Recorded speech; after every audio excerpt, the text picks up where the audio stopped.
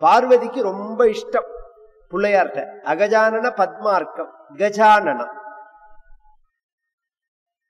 ஆனனம்னா முகம், யானை போல முகத்தை உடையவர்.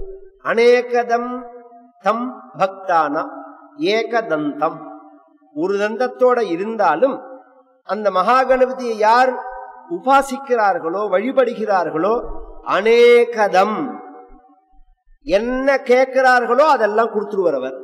தம் பக்தானாம், அவருடைய பக்தருக்கு அத்தனை வாரி வழங்குவர். அப்பேற்பட்ட மகாகணபதி, அசாத்தி மகாகணபதியோட ஒரு உபாசனை இருக்கு பாருங்க. அது ஒரு இந்து மதம்ங்கிறது ஒரு சமுத்திரம். இது ஒரு பெரிய நதி. அந்த நதியில ஒவ்வொரு காட்டுன்னு ஹிந்தியில சொல்லுவாள், தமிழ்ல கரைன்னு சொல்லுவாள், துறை அப்படின்னு சொல்லுவாள்.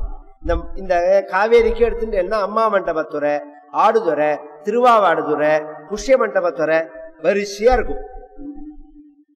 ஒவ்வொரு இடத்துல இறங்கி குளிக்க இருக்கக்கூடியதுக்கு துறைன்னு பேர். அது போல ஹிந்து மதம்ங்கிற இந்த சனாதனமான வைதீக மதத்துல சைவம்னு ஒரு துறை, வைணவம்னு ஒரு துறை, சாக்தம்னு ஒரு துறை, கானபத்தியம்னு ஒரு துறை, கௌமாரம்னு ஒரு துறை, இதெல்லாம் துறை. அதுல இறங்கி குளிக்கிறதுக்கே நமக்கு டைம் பத்தாது. மகாகணபதியோட உபாசனை ஆனந்தமான விஷயம்.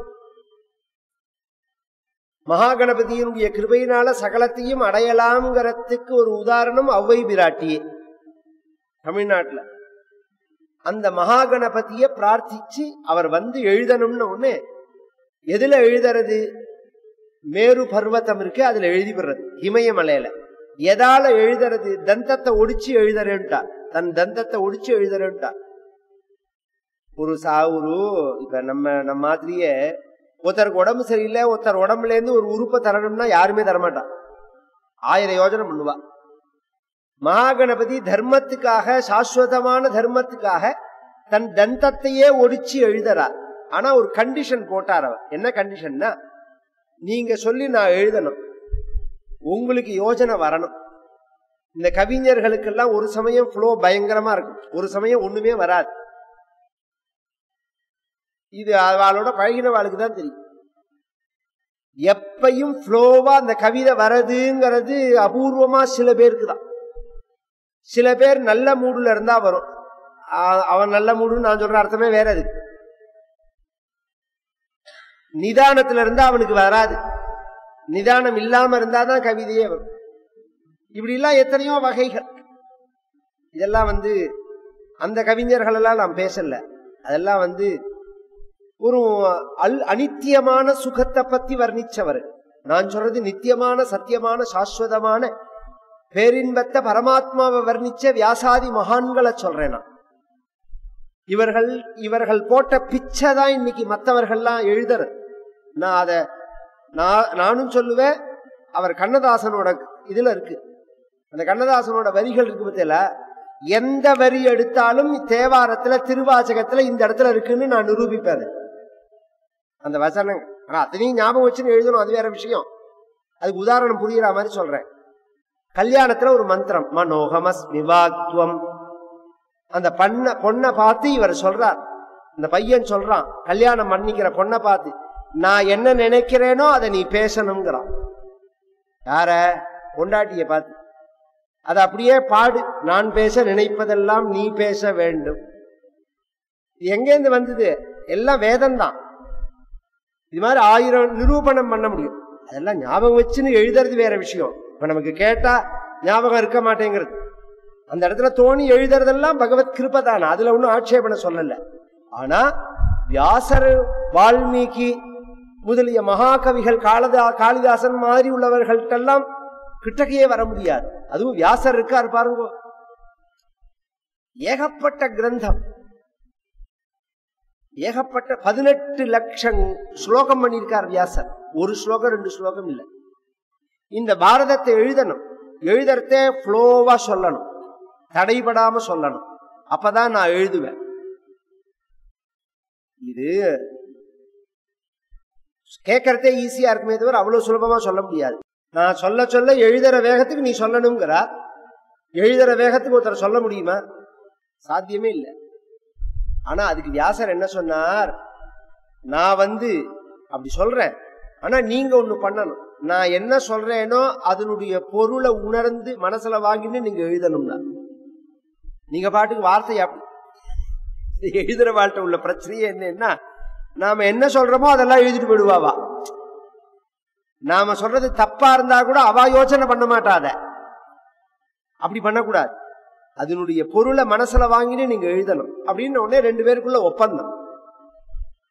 இவர் என்ன பண்ணுவார், வியாசர் 100 ஸ்லோகம் ஒரு தடவை, 1000 ஸ்லோகத்துக்கு ஒரு தடவை. இவருக்கு எப்ப தோன்றதோ, எப்ப ரெஸ்ட் எடுத்துக்கணும்னு தோன்றதோ அந்த இடத்துல எல்லாம் ஒரு கடினமான ஸ்லோகத்தை வச்சுடுவார். முடிச்சு ஸ்லோகம்னு பேர், தமிழ்ல கிரந்தி அப்படின்னு பெயர். இந்த மகாபாரதம் மொத்தம் 1,00,000 ஸ்லோகங்களை கொண்டது. 8 ஸ்லோக சகசிராணி 8 ஸ்லோக சதானிச்சா, 8800 முடிச்சு ஸ்லோகம் இதுல இருக்கு. இதுக்கு என்ன பொருள்னு இன்னி பரியந்தம் யாராலையும் சொல்ல முடியாது. இதுக்கு மீனிங் இதுதான் அப்படின்னு நாங்கெல்லாம் சொல்லவே முடியாது. யாருக்கெல்லாம் தெரியும் அப்படின்னு சொன்னா, வியாசருக்கு தெரியும், மகாகணபதிக்கு தெரியும், அகம் வேத்மி சுகோ வேத்மி. வைசம்பாயனர் சொல்றார், வியாசருக்கு தெரியும், மகாகணபதிக்கு தெரியும், சுகாச்சாரியாளுக்கு தெரியும், எனக்கு தெரியும். வைசம்பாயனர் அவருடைய சிஷ்யர் சொல்றார், எனக்கு தெரியும். சஞ்சயோ வேத்திவா நவா. சஞ்சயன்னு மகாபாரதத்துல ஒரு கேரக்டர்.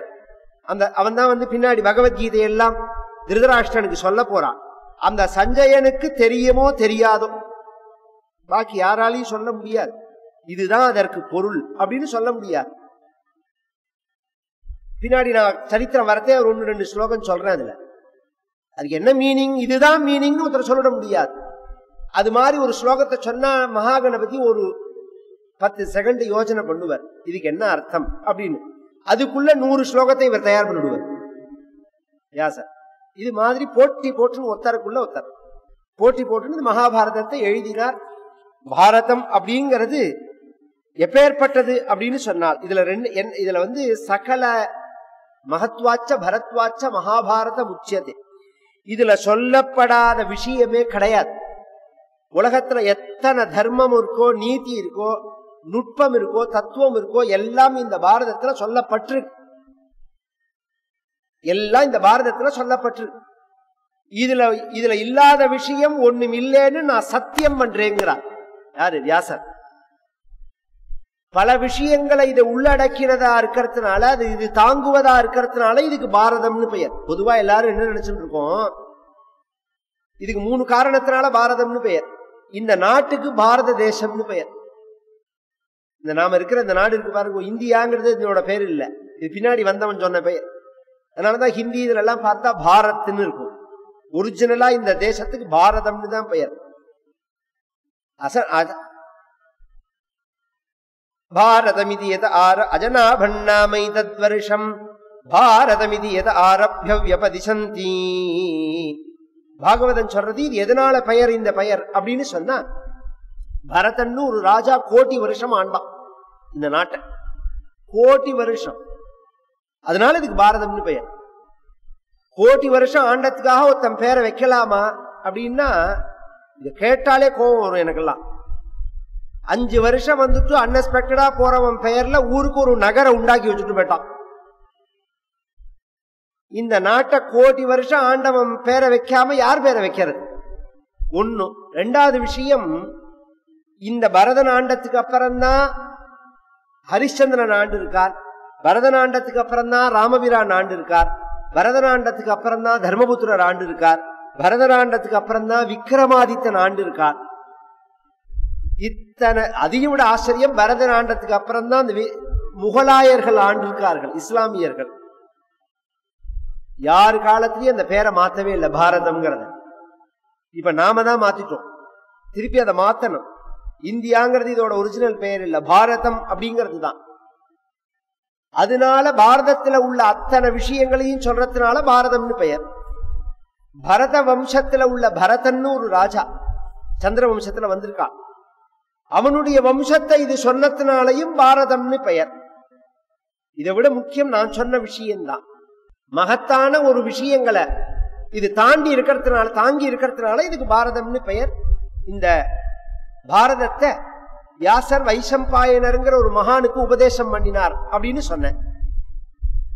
பண்ணினவர் வியாசர், சொன்னவர் வைசம்பாயனர். வைசம்பாயனர் யாருக்கு சொன்னார்னா ஜனமேஜயனுக்கு சொன்னார்.